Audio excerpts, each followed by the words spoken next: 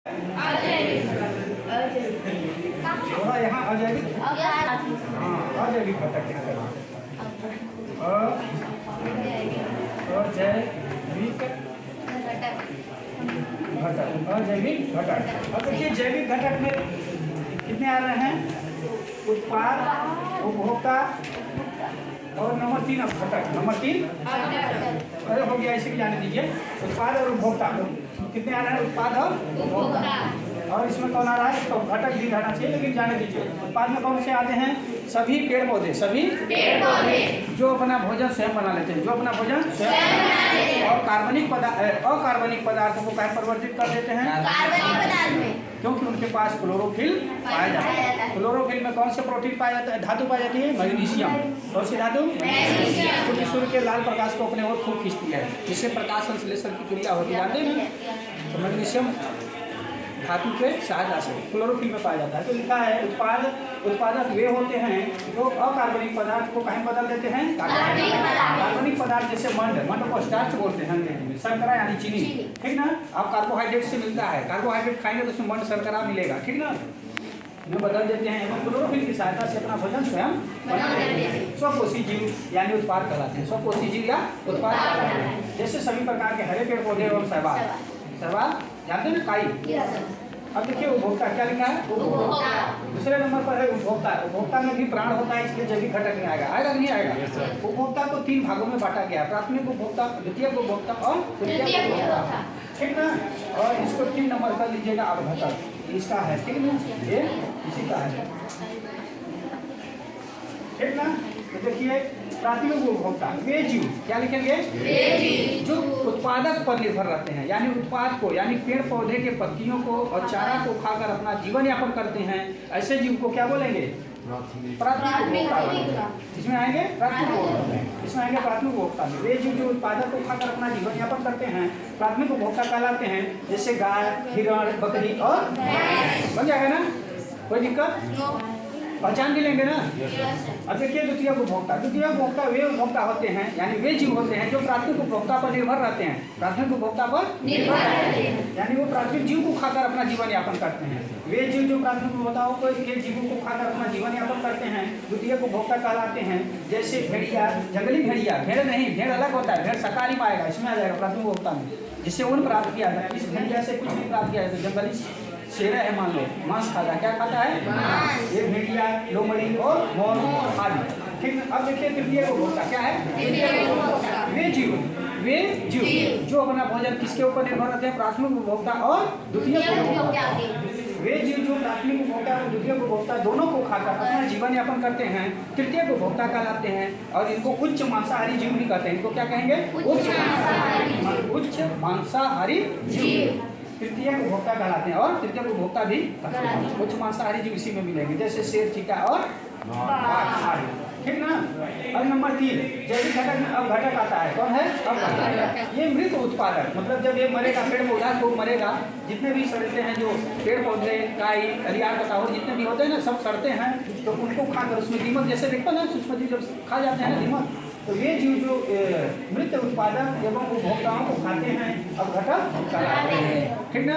अब जैसे कोई जीव है, गाय मर जाए या कुत्ता मर जाए, तो देखो उसको कीड़े लग जाते हैं, वो सूक्ष्म जीव हैं, वो सब उसको खा के नष्ट कर देते हैं। इस अवघटक को धरती के सफाई कर्मी भी बोलते हैं, धरती के सफाई कर्मी। जैसे अपन लोग घर में सफाई करते हैं ना, तो ये लोग जो धरती की गंदगी जो है ना, जो मर गया जो जीव, उसको क्या कर देते हैं? खा के नष्ट कर देते हैं। जैसे गाय का गोबर होता है, उसमें देखो गोबरौला स्वतः उत्पन्न हो जाता है, और उस गाय के गोबर को खा के स्वतः नष्ट भी हो जाता है, उसका पता भी नहीं चलता है।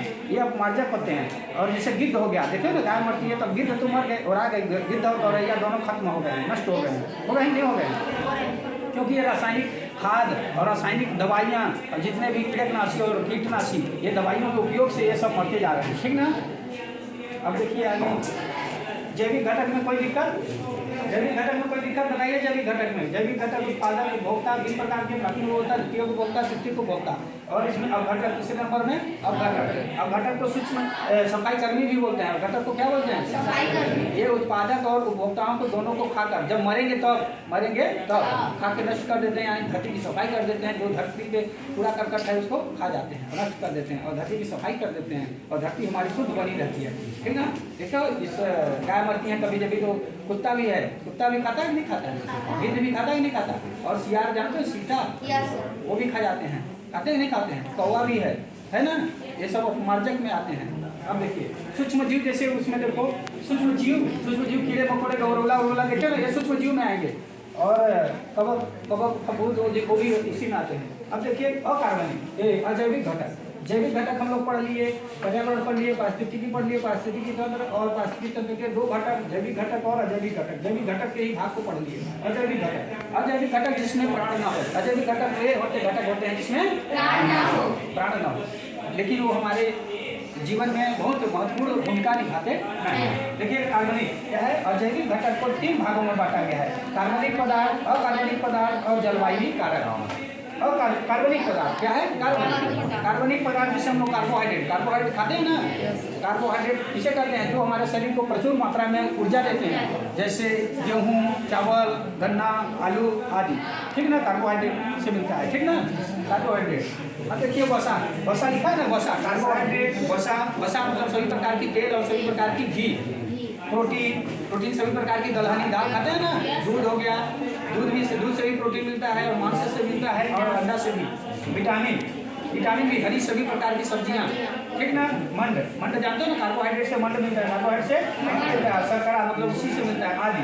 अब अकार्बनिक पदार्थ मतलब वायु की सभी प्राकृतिक गैस। वायु की सभी प्राकृतिक गैस में कौन कौन से आ जाएंगे? कार्बन डाइऑक्साइड, O2 और H2 मतलब हाइड्रोजन। क्या हो जाएगा? Hydrogen. Carbon dioxide gas, oxygen gas और हाइड्रोजन गैस। ये किस में आ जाएंगे? प्राकृतिक गैस। किसमें आ जाएंगे? अकार्बनिक पदार्थ। किसमें आ जाएंगे? कार्बनिक पदार्थ मतलब जो हम लोग खाते हैं। कार्बनिक पदार्थ मतलब जो हम लोग खाते हैं वो कार्बनिक में आ जाएगा। अकार्बनिक वायु की सभी प्राकृतिक गैस, जैसे carbon dioxide gas, oxygen gas और हाइड्रोजन गैस। ठीक ना? अब देखिए जल क्या है? जल जानते हैं ना? पानी, मृदा, मिट्टी, खनिज लवण। लेकिन विटामिन इसमें आ रहा है। देखो ना, विटामिन कार्बनिक में आ रहा है, लेकिन खनिज लवण किसमें जा रहा है? अकार्बनिक। किसमें जा रहा है? अकार्बनिक। ध्यान देना है, खनिज लवण एवं विटामिन कहते हैं ना, तो विटामिन किसमें जाएगा? कार्बनिक में। और अकार्बनिक में कौन जा रहा है? खनिज लवण। ध्यान देना है इस बात पर। ये अक्सर परीक्षाओं में आता रहता है और हम लोग ठगे जाते हैं। मतलब उल्टा हो जाता है, हर बार नंबर कट जाता है हम लोग का। मतलब बात बताई जा रही है जैसे। अब देखिए जलवायु कारक क्या है? जलवायु कारक मतलब जो जलवायु को परिवर्तित करने वाले कारक, जैसे प्रकाश, ताप, दाब, आर्द्रता एवं वायु आदि। ये सब कहाँ होंगे? उष्णकटिबंधीय क्षेत्र में होते हैं। कहाँ होते हैं? उष्णकटिबंधीय। जैसे कर्क रेखा पर, मकर रेखा पर और भूमध्य रेखा पर। तो सबसे ज्यादा भूमध्य रेखा पर प्रभावित करेगा। किस रेखा पे? भूमध्य रेखा जानते हैं? भूमध्य रेखा मतलब भूमि को जो बराबर भागों में बांटने वाले रेखा को भूमध्य रेखा कहते हैं। ठीक है ना? जिसको 0 डिग्री अक्षांश रेखा कहते हैं या विषुवत रेखा कहते हैं। ठीक है ना? ये सब जानते होंगे। अब देखिए कोई दिक्कत हो इसमें से तो किसी को कोई क्वेश्चन पूछना हो तो पूछिए। अब नहीं बोलता है और इसी से आगे चलते रहिए। लिख चुके हैं ना?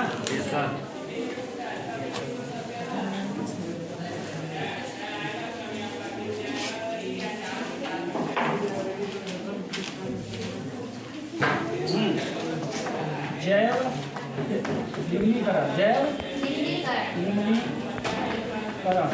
निम्नीकरण पदार्थ और एक होता है अजैव निम्नीकरण और जैव निम्नीकरण।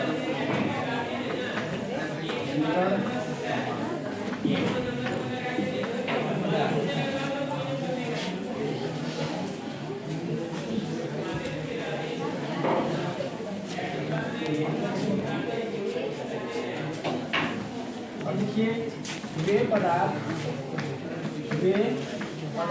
जो सूक्ष्म जीवों से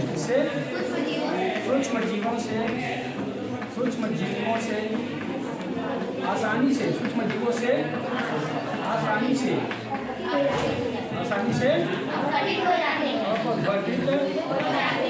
घटित हो जाते हैं। जैव निम्नीकरण पदार्थ कराते हैं। क्या कहेंगे? बताते हैं जैव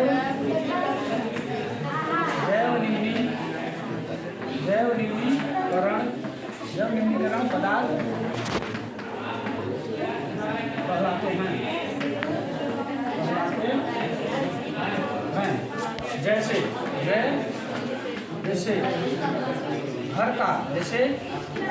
घर का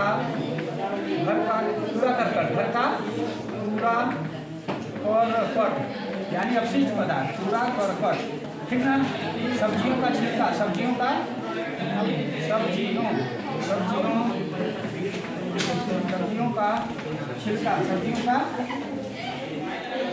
छिलका और खाना, भोजन जानते हैं ना, भोजन छोड़ा हुआ भोजन जानते हैं नहीं जानते हैं? जो खाने के बाद बचा हुआ भोजन, खाने के बाद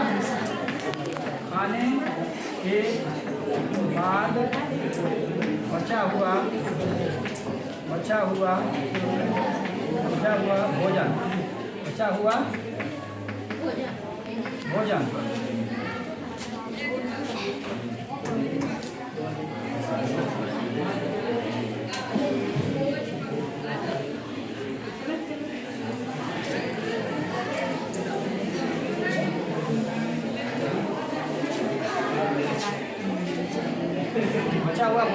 और इसी में आ जाएगा गाय का गोबर,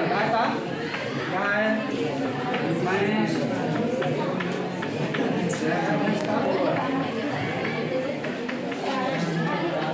गोबर आदि। अब देखिए अजैव निम्नीकरण क्या है? अजैव निम्नीकरण वे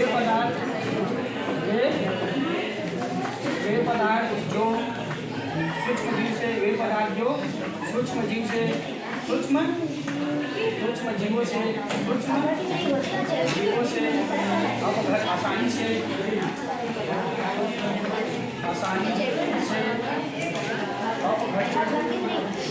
अपघटित नहीं होते हैं,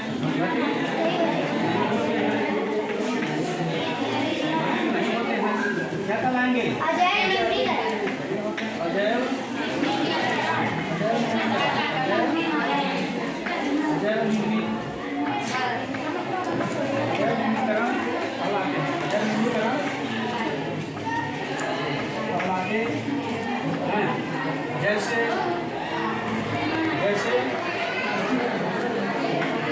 जैसे बोलिए प्लास्टिक है, हाँ जैसे प्लास्टिक,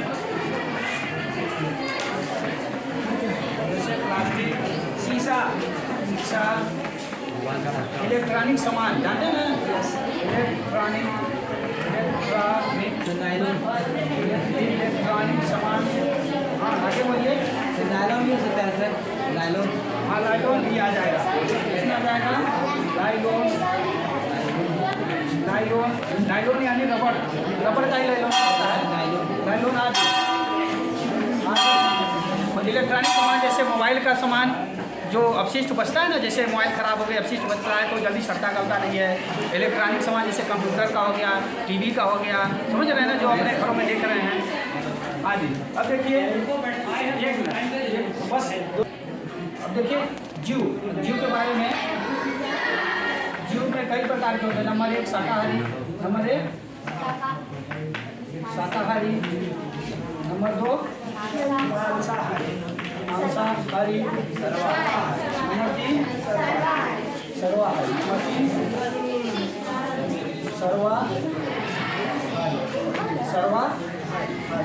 देखिए शाकाहारी जीव वे जीव होते हैं जो अपना भोजन यापन किस पे निर्भर करते हैं? उत्पाद पर। कहाँ पर? उत्पाद पर, मतलब पेड़ पौधों को और उनके हरी पत्तियों को और उनके अगल बगल उगी घास को खाकर अपना जीवन यापन करते हैं। ऐसे जीवों को शाकाहारी जीव कहते हैं, ऐसे जीवों को शाकाहारी जीव कहते हैं। जैसे गाय हो गई, भेड़ हो गई, बकरी हो गई, भैंस हो गया, ठीक ना, आदि, ठीक ना। अब देखिए मांसाहारी जीव वे जीव होते हैं जो अपना जीवन यापन किसके ऊपर निर्भर रहते हैं? प्राथमिक उपभोक्ता, मतलब जैसे गाय पर, भेड़ पर, ठीक ना।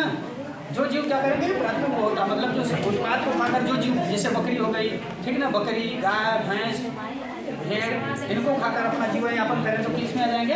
मांसाहारी। यानी वे जीव जो अपना जीवन यापन करने के लिए मांस का भक्षण करते हैं, मांसाहारी जीव कहलाते हैं। जैसे भेड़िया, जैसे भेड़िया, लोमड़ी, मोर आदि।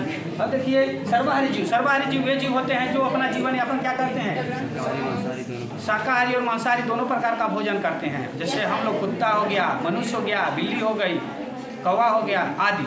ठीक ना, ठीक, कोई दिक्कत। 13 हमारा पर्यावरण, ध्यान 13 हमारा पर्यावरण। इसमें देखिए कई क्वेश्चन आते हैं, इसमें कई क्वेश्चन आते हैं। पर्यावरण किसे कहते हैं, पारिस्थितिकी किसे कहते हैं, पारिस्थितिकी तंत्र किसे कहते हैं, जैविक घटक किसे कहते हैं, अजैव घटक किसे कहते हैं। ठीक है, प्राथमिक उपभोक्ता, अवघटक, प्राथमिक उपभोक्ता, द्वितीयक उपभोक्ता, तृतीयक उपभोक्ता, अवघटक। ठीक है, जैविक कारक, अजैविक कारक सब इसी में है। इनको क्रम से हम लोग अपन लोग समझेंगे। ठीक ना, देखिए सबसे पहले क्या लिखा है, पर्यावरण। क्या लिखा है, पर्यावरण हमारे चारों ओर, हमारे जैविक एवं अजैविक, जैविक एवं अजैविक। जैविक मतलब जिसमें प्राण हो, अजैविक मतलब जिसमें प्राण न हो, लेकिन उनका सबका साथ होना जरूरी है। जैसे हम लोग पानी पीते हैं, धूप लेते हैं, ताप, धूप, ताप, दाब, आर्द्रता, ये सब है ना, ये अजैव घटक है। कैसा है, ये पर्यावरण हमारे चारों ओर, हमारे घटक है। जैविक घटक, जैविक मतलब जिसमें प्राण हो, अजैविक मतलब जिसमें प्राण न हो। जैसे प्रकाश हो गया, ताप हो गया, पानी हो गया, खनिज लवण हो गया, ये सब कैसे हैं, अजैव। लेकिन फिर भी जैविक हम लोग को जीवन में सहायता करते हैं। ये क्या है, दूसरे नंबर में पारिस्थितिकी तंत्र। पर्यावरण बन जाएगा ना, हमारे चारों ओर जैविक घटक और से बना परिवेश को क्या कहेंगे, पर्यावरण में 2 घटक होते हैं, जैविक घटक और जैविक घटक और अजैविक घटक हम अभी पढ़ेंगे, पारिस्थितिकी तंत्र में भी पढ़ेंगे। ठीक है, ये पारिस्थितिकी जीव विज्ञान की शाखा, जीव विज्ञान की जिसके अंतर्गत जीवधारियों, जिसके अंतर्गत और उसके वातावरण और उसके संबंधों का अध्ययन करते हैं, उसे पारिस्थितिकी कहते हैं, उसे। जैसे कोई भी जीव उसी जगह रहेगा, प्रकाश मिले, क्या मिले, प्रकाश, वहाँ रहने के लिए घर यानी आवास बढ़िया सुरक्षित हो। ठीक ना, नदी हो मतलब पानी पीने के लिए जगह हो, और मान लो हम लोग इंसान है तो खेती किसानी के लिए भी जमीन चाहिए, नहीं चाहिए। यदि शेर है तो उसको जंगल चाहिए, अनुकूलित सब जगह चाहिए नहीं। तो वही है वातावरण से पारस्परिक बात, उसके लिए वातावरण अनुकूल हो, उसके लिए वातावरण अनुकूल हो, वातावरण से क्या हो, अनुकूल, मतलब वो जीव वहाँ रह सके, सुरक्षित रह सके, उसके लिए आवास क्या हो, सुरक्षित हो, और वहाँ अपना बच्चा पैदा कर सके, कोई दिक्कत बिना परेशानी का, ठीक है, और भोजन का अच्छा वातावरण हो, सारी सुविधाएं उपलब्ध हो। ऐसे जगह को क्या बोलेंगे, अनुकूल वातावरण। क्या बोलेंगे, अनुकूल वातावरण। ठीक ना, पारिस्थितिकी तंत्र हो गया। अब देखिए पारिस्थितिकी तंत्र या पारितंत्र, पारिस्थितिकी तंत्र या रचना एवं कार्य की दृष्टि से समझात अंग और समरूप अंग पढ़े ना।